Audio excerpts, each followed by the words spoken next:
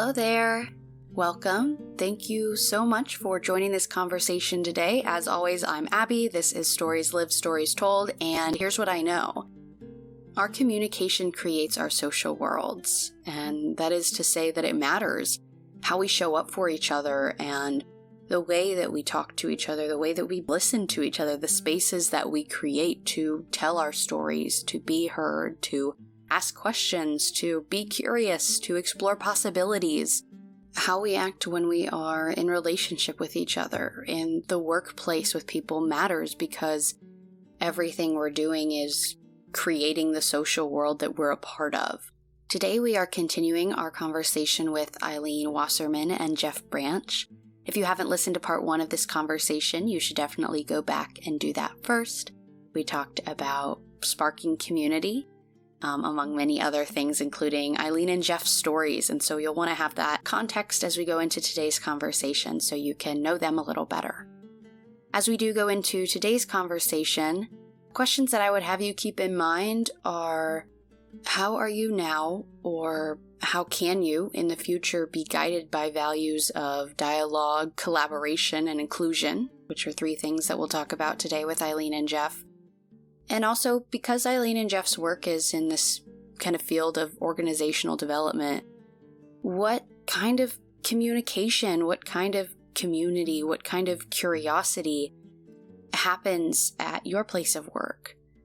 Does it feel like an invitation? Are people intentional about the relationships that they're building at work? Ilene and Jeff have a lot more wisdom to share in part 2 of this conversation, so let's jump right in.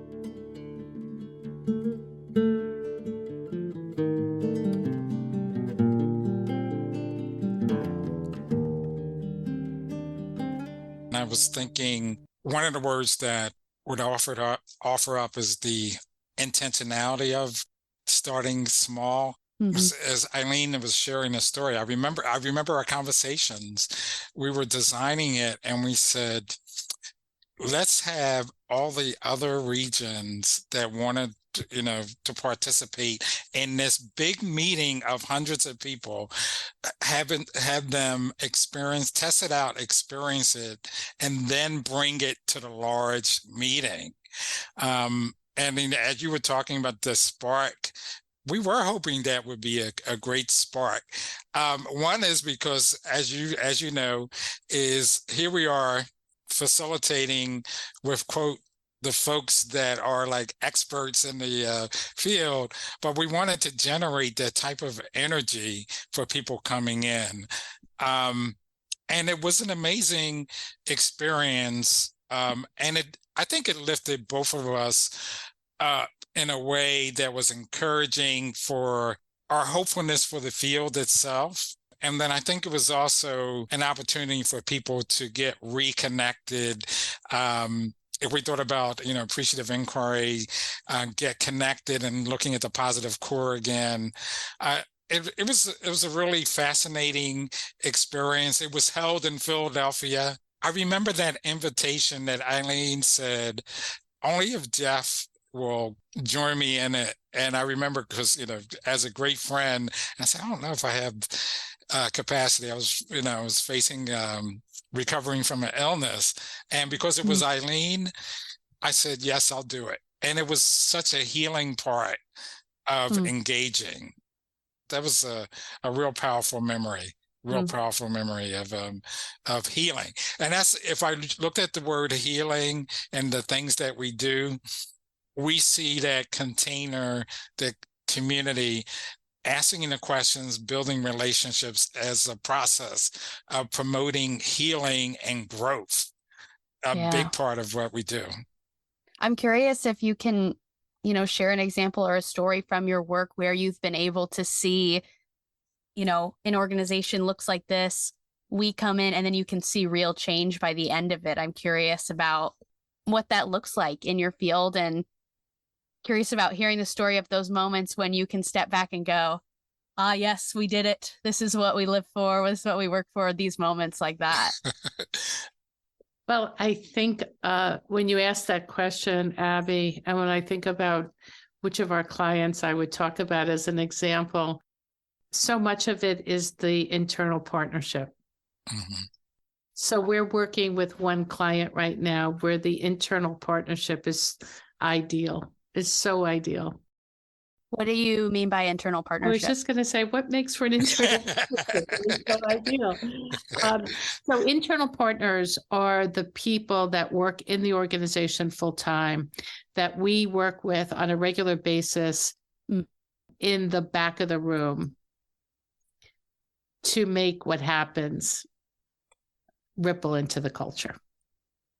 Got The it. people we talk to regularly, the people we coordinate with regularly, and the people that we help build their own capacity so that they can continue to do the work themselves. So the example that I was alluding to of a client that we're working with right now, we worked with pretty intensely in 2020 and 2021. And in 2022 and 2023, I would say that our work with them is maintenance, in that we work with them a few hours a month and help seed their annual summit that we started with them in 2021. And I think that what makes for really effective, impactful work is when you create a learning posture in the organization where you spark curiosity about relationships and about possibilities. And that is not just one sentence, that it is the way of business, the way of doing business, the way of acting and being on a team. And we do that with also the recognition that some of the ways of engaging are sensitive, that there are people that come to work every day and they swallow so much just to get through the day. And there are other people that only swallow a little bit. Everybody has to swallow something. And what I mean by swallow is transcend something that's happening in order to do the job. And they're called right now, we're calling those things microaggressions. And part of what Jeff and I are helping our clients do is recognize microaggressions that are not just interpersonal, because there are things that happen that are problematic on the interpersonal level. But when you talk about patterns and turns, there are things that are problematic that are part of patterns of group level identity that people have to experience all the time. And that may be around gender. We used to talk about those things around gender, around women, but now those things are much more complex around gender because they may be around pronouns when just being referred to with a pronoun is sensitive. They're about race. And it may be that it is about a category of race that you can name and that people would name for you. But it may also be about that ambiguity around identity because somebody is wanting to put you in a group that isn't part of your story, or your story is way more complex than that. And those categorizations, those namings, those ways of being known or not being known have really powerful effects on the sense of belonging at work.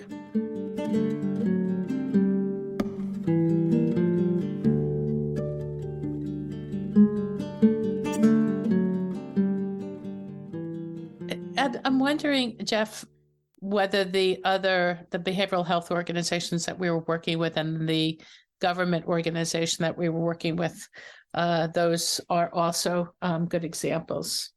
Yeah, I was thinking about the government organization. It was pretty central, during the pandemic, where vaccine discovery and then production. It was a big part of their work. So here we have people that are human beings and feel really passionate about what they're doing, and they're doing and learning at the same time. And we're invited in because, the pressure of trying to make a difference to save lives is instrumental in everything that they're doing. And one of the things that came into play, leadership realized that they needed levels of support. Now, we were commissioned and brought in to do work that was different. And then the pandemic hit, and the work shifted. And one of the, we thought about like mutual contribution, and then also mutual transformative learning. If we thought about it from our standpoint, rolling with the terms, what was happening in the moment, hearing the stories of impact, and not only on that, but also seeing in the screens the impact of these people that are essential in this process, trying to homeschool their kids, seeing all this stuff in the activity in the background as they're engaging, doing all this particular work, life-saving work. Our own sense of humility was just enhanced, and we watched them, these group of scientists that were people would might normally say they're not in touch with their feelings as much. They really started to grapple with their thoughts, their feelings, and then started, as we were working with them, to identify patterns that they were noticing around how they were working together, how they were engaging with each other, and started making commitments of how to do things differently, how to learn in the midst of this crisis, how to do things differently. So we're in that space now where we watched it occur, and then we're kind of like in a pause right now where we're looking for how do we re-engage to support them to embed these new practices and behaviors to create long-standing, sustainable new patterns of building a new culture. So that's been really rewarding for us. When we hit pauses sometimes, one of the things that we can't help but ask is, how are those individual relationships that were formed, how are they continuing to make a difference in how they approach the work that's life-saving for this country and the world? That's great. I want to talk about, too, some values that I see, I'm sure, stem from CMM in your work and many other places, and obviously are the same values that I want to try to promote in the conversations I have in this podcast. 3 that I'm thinking of are dialogue, collaboration, and inclusion. I'm just curious to you, what does it mean? What do those mean as values, and what does it look like to put those values to work in an organization?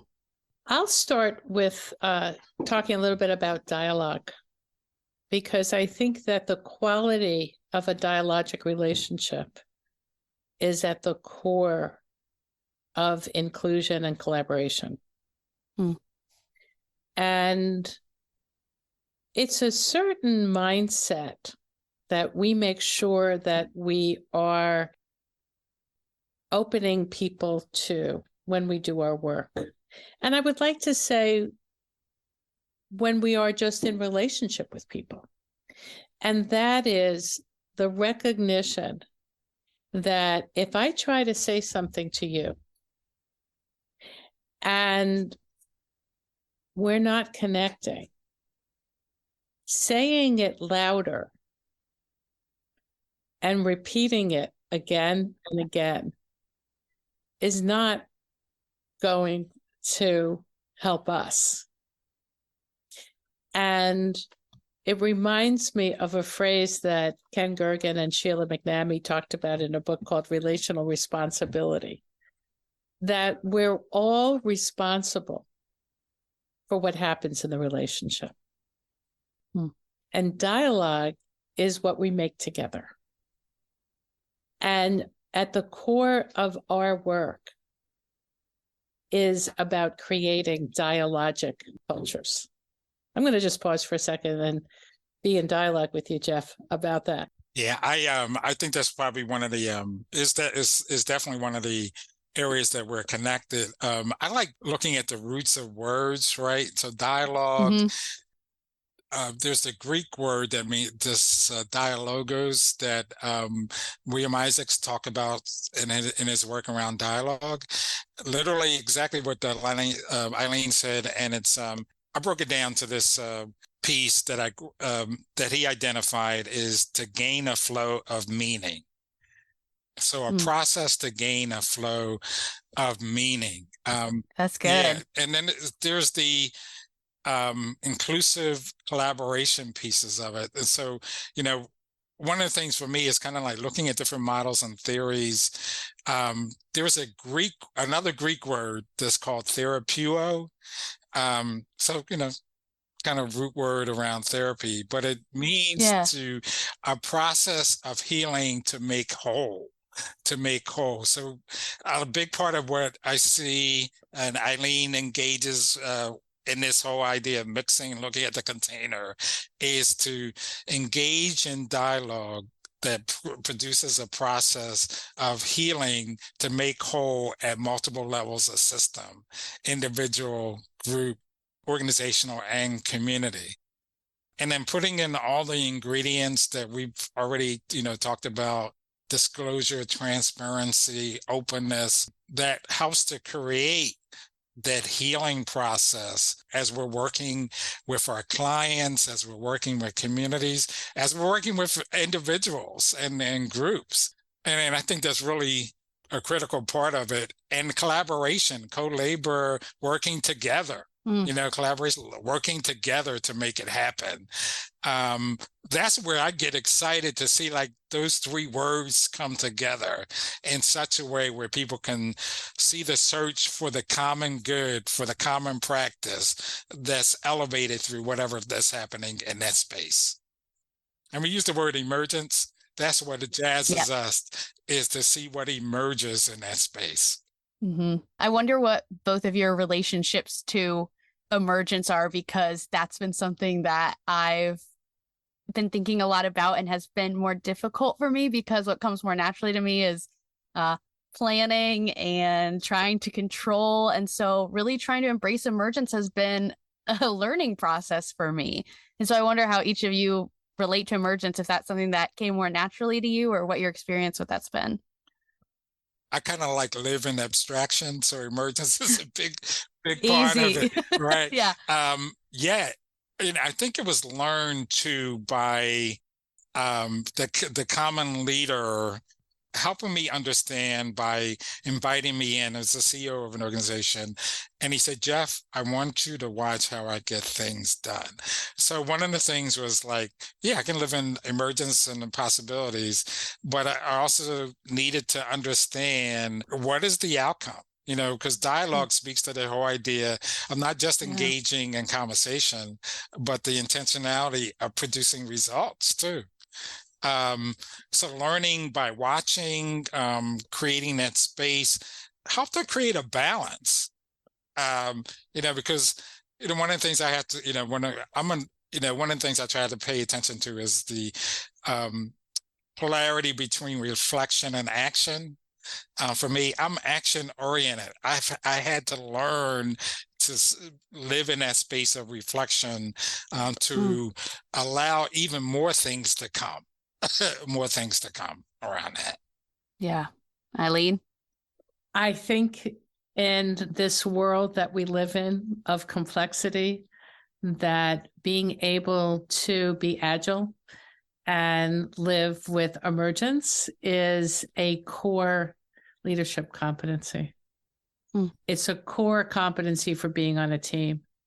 So we talk about many, many years ago, there was a word coined that was chaotic. And it was the merger of chaos and order. And the chaotic organization, which was really at the core of what we talk about, which is that it's really important to have that container that Jeff mentioned. It's really important to have that structure. And if I look at it through the model of the hierarchy of meaning, it's looking at knowing and being grounded in the context and contexts, plural, that we're in. And to recognize that they're shifting. And to also recognize that meaning is constantly emerging. We could track how meaning has been emerging in every twist and turn of this conversation. Yeah.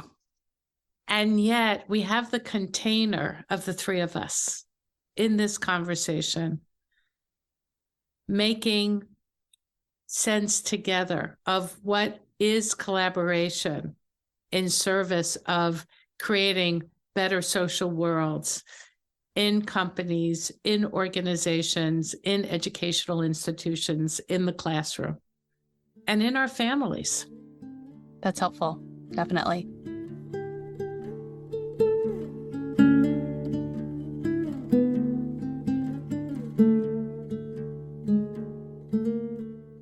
Is there anything else that I haven't asked about, or, that I maybe don't know about, that is something you were wanting to talk about today, something maybe that you're really passionate about or feeling excited about? Maybe just anything that's specific that I haven't asked a question about, but that you'd really love to share about, if there's anything. I think there is one thing just in conversations that we'll have when we're checking in with each other, especially in this polarized world that we live in now, is to have more opportunities, not just us, but, our community, including yourself. How can we engage and invite people in that or might be on the other side of the spectrum around belief system? How can we engage in such a way that we could create that space where people are in dialogue with each other, seeking a flow of meaning, all of that, to create a new space right now, because we're living in this not just tense, but this dangerous space here in the world right now. So we sit with that, and we wrestle with that, and then as we're engaging with others, trying to figure out how we can make a difference. Because most of the times we're in conversation with people that are pretty consistent with our belief structures, and trying to figure out how do we invite others in, even if the conversation might not feel comfortable. Right. That's very important, Jeff. When you asked the question, Abby, what I was thinking about is what's really important to Jeff and I in this work. And, Jeff and I are practitioners and learning directors in some way around really helping people maximize, or should I say, helping people leverage the use of themselves in the system. Mm-hmm. That's at the core of what we do. When we're helping people know themselves to be more effective. And in very concrete, practical terms, that means, how do I know myself in relationship to the stories I've inherited? And Jeff and I talked about some of that. And the stories I've lived through my experience. And how those inheritances that we take for granted sometimes, and those lived stories are enacted in my relationship with others. How are those stories enacted relationally? And our favorite opportunity with clients is to do what we call action learning, where we could alternate being on the dance floor and being on the balcony. What I mean by that is we are working with people who are doing projects that are part of their daily work, not taking them away from work. Mm-hmm. And yet in the course of that time, in the course of that day, that week, that month, we meet and we pause and we talk about how's it going in relationship to the container and the framework. And I'm approaching your question with that response because that is the pathway to possibilities, because it builds in the norm of doing and reflecting. Yeah. When I'm working with individual clients, coaching clients, inevitably I suggest that they have some kind of a mindfulness practice. Mm-hmm. And I talk about the mindfulness practice as being one of the muscles they need to work out, just like they would do their biceps and their triceps and their quads. Yeah. Because exercising that reflective muscle prepares you for those moments, those critical moments, where what you do or say in the next moment is not just consequential, but it's critically consequential. Mm. And so that is how we work with people. And I say that to say that you could imagine that we often get asked, would you do an implicit bias training? Would you do a fill in the blank training? 45 minutes an hour. And there are plenty of people now that do that. And there are people that do that for what it is well. Jeff and I and ICW Consulting and the rest of the consultants are putting our attention to building that capacity for individuals, teams, and cultures to be able to make the most of everyday moments and critical moments. That's great. And it makes me think that that reflection process, that meditative moment, taking the time to do those things is, to me, kind of the puzzle piece that helps bring the whole picture together of, you can say, we want to look at our patterns. We want to change the way that we're showing up to each other, the way that we're being in our personal relationships, in our organizations. But what does it look like to actually do that? And I feel that's such an important part of going from theory to practice, from this is what we want ideally to let's make it a reality, is taking that time to reflect. And that's easier said than done, I would say, especially, what I can speak to is the culture in the United States of not really taking the time to pause in that way. We really, have made values around go, go, go and be busy and never have time to rest. But that kind of robs us of those chances. We have to, work a little extra harder to make time for those moments of reflection, which are so valuable.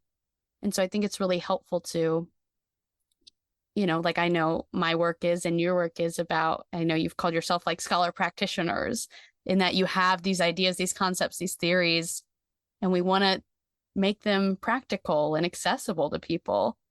And so how can they do that? And part of that is taking that time for reflection, which feels like maybe the first step of 1,000 more steps. Who knows? It's an ongoing lifetime of work, which I think is part of what you're getting at, Eileen. That 145-minute implicit bias seminar is not going to be the end of the conversation. But yeah, that feels important. Yeah, I think you both, I'm sitting back and I'm thinking that's why I feel so jazzed is the intentionality of what we do, which is exactly the way you described it.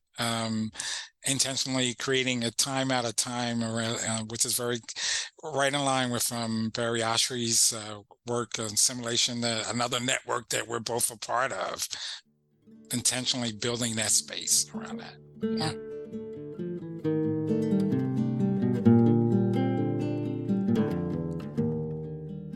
Well, I think this is a good segue into, kind of wrapping up our conversation by using the CMM language of talking about a better social world. And I'm just curious to, consider what a better social world is through the lens of the work that you do. And I'm already thinking that part of the answer of what that better social world looks like is one where people have all of the tools that you try to give to the people you work with to be able to do that reflection, to be able to revisit those old patterns and start to make different choices. But maybe, Jeff, you could start us off with what your vision is for a better social world and how you see the work that you all are doing as being a part of the process of working towards that. Yeah, thank you. Thank you. I was thinking probably in the beginning of our conversation, the whole idea about identifying, building a sustaining voice, I think is really critical, where people get a chance to see themselves as instruments of change. They get a greater understanding their own power, their own use of self as instrumental instruments for change. That's really critical. That they see others in the same way, right? They see the possibilities, even if there is a point of tension. There is curiosity in that space about others. There is invitation in that space about others, with the goal of creating the common good for the most optimal world that we as human beings can create, where we see each other as equals, not as the other, to be demonized, but to be invited in as fully human.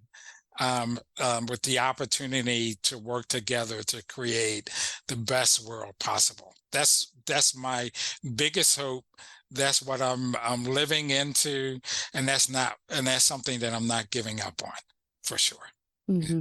What I hear you say, Jeff, the three kind of words that are sticking out to me from what you've just said and our whole conversation are these ideas of curiosity, invitation, and, what you spoke about earlier is possibility, and letting those be some values maybe that guide the way that you are in the world. And I think those are all really beautiful things and absolutely part of what a better social world looks like. Thank you. Thank you. Ilene, will you share with us what your vision of a better social world is? Yeah. When you were asking the question, Abby, I was thinking about Cosmopolis. Yeah. And I was imagining us, Cosmopolis 2045 seemed so far away when we first started talking about it, and it just gets closer and closer. Yeah. And what I was thinking about is what supports curiosity and what supports inviting others, as well as taking up the invitation. Yeah. And the creation of possibilities. And I think what supports it is reciprocity. When I hear the cacophony of the polarized conversations, I wonder whether the impediment to curiosity is the concern that if I stop my rant, that perspective won't be represented. And so what is it that would create a better social world? The conditions of being invited, being welcomed, being heard, being considered in the creation of possibilities. Yeah. Is so important. And to consider others, to be curious. So I think that sometimes I think we have to start really, really small, to the people that are right in front of us. Yeah. And then, as Jeff has created this image of like concentric circles moving out, part of what I like about us working with organizations, intact organizations, is that it's a place where people show up. We have to make sure that there are containers that are shared in our worlds. I was listening recently to a podcast where there was noticing of community spaces that existed 20 and 30 years ago that don't exist anymore. Where are those common spaces? Before we had computers, we all went to the library. Where are those common spaces? Before there was Amazon, we went to the shopping center. Yeah. And what can we do to make sure that there are community spaces of random encounters? We lost that during COVID. Yeah. I find myself just thriving over the chance encounters I'm having, going to the supermarket, traveling across the ocean. I love those random encounters on the train, on the plane. We have to be intentional about those random encounters. I want to go back to what you're talking about those little moments, the idea that's, because I just love the idea of invitation and that it is so important how we all show up, not just, the person who's maybe telling their story, but the other people in the circle that make that person feel like they can tell their story. And it's cool that we can talk about your work with organizations and at the same time be talking about those little moments, the interpersonal relationships that exist within those organizations. And it sounds ridiculous, but it's like this idea of like invitation invites invitation, invites invitation, invites invitation. That's what those little moments build out. That's what that spark is. That sparks community, is this buildup of over time. Yeah. Inviting people in so that they invite people in. So it's just, one ongoing continuous loop of invitation. And that feels like such a key to kind of what Eileen's talking about and what Jeff had mentioned too, of overcoming the polarity. And it's the reason why conversations aren't existing between people with differing beliefs. It's why people are, holding on to their rant so much, because they don't feel a space where they can step back and invite someone else to speak up and trust that that person's going to invite them to speak back up. I was just saying exactly what you said, but the reciprocity and the invitation feels like really important takeaways. I think this was like a perfect example, just the way, Abby, that you communicated it, just that sense of we felt like we were heard. That's the perfect example. The depth of hearing, the depth of, and how did we know that? Because of the next turn of you not just acknowledging, but bringing yourself to it. Mm-hmm. And you have a gift, Abby. Yeah, you do. You do. You do. I appreciate that. You do. I've really, really enjoyed speaking with you both today. And, my favorite conversations are the ones where I feel like I've learned something and, I know this conversation's going to stick with me and give me a lot that I just want to keep thinking about and reflecting on for myself too. So if nothing else, it's been a valuable conversation to me, but I believe it will be really valuable to other people as well. Thank you very much for the invitation. Yeah. Thank you, Abby. Of course.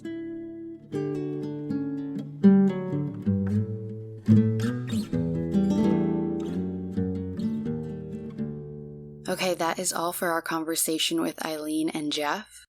Again, thank you so much for joining us. I hope that you found value in this conversation and that you are left with some things to think about. For me, the next turns that I'm taking away from this conversation are, I just want to keep thinking about that idea we kind of reached toward the end that I said about invitation, invites invitation, invites invitation, which sounds a little silly, but I think speaks to what we know to be true, is that our communication creates our social worlds, and that is to say what we do affects the next thing that happens and the next things that happens, and we have choices all along the way in choosing what we do.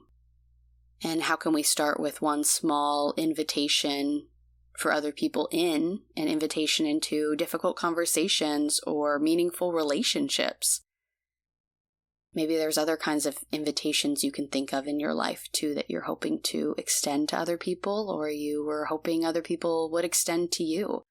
How does this idea of invitation show up in our lives? I think that's a good next turn, a good thing to be thinking about as we leave this conversation.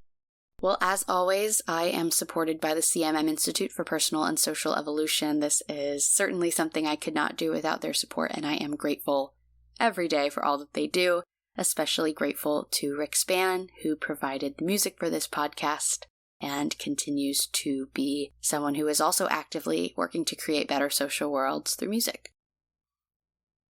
Some final podcast next turns I'll offer you are to please follow the show wherever you listen, leave a rating and review, and share an episode with someone you want to invite into this conversation. Also, you can connect with me in a couple different ways. You can follow me on Instagram at Stories Live Stories Told Pod. You can check out the website, which is storieslivestories.told.com. You can find me on YouTube at Stories Live Stories Told, or email me at storieslived.storiestold@gmail.com. Thank you for showing up. Thank you for being curious, and thank you for being a part of this story. I'm Abby, and this has been Stories Live Stories Told.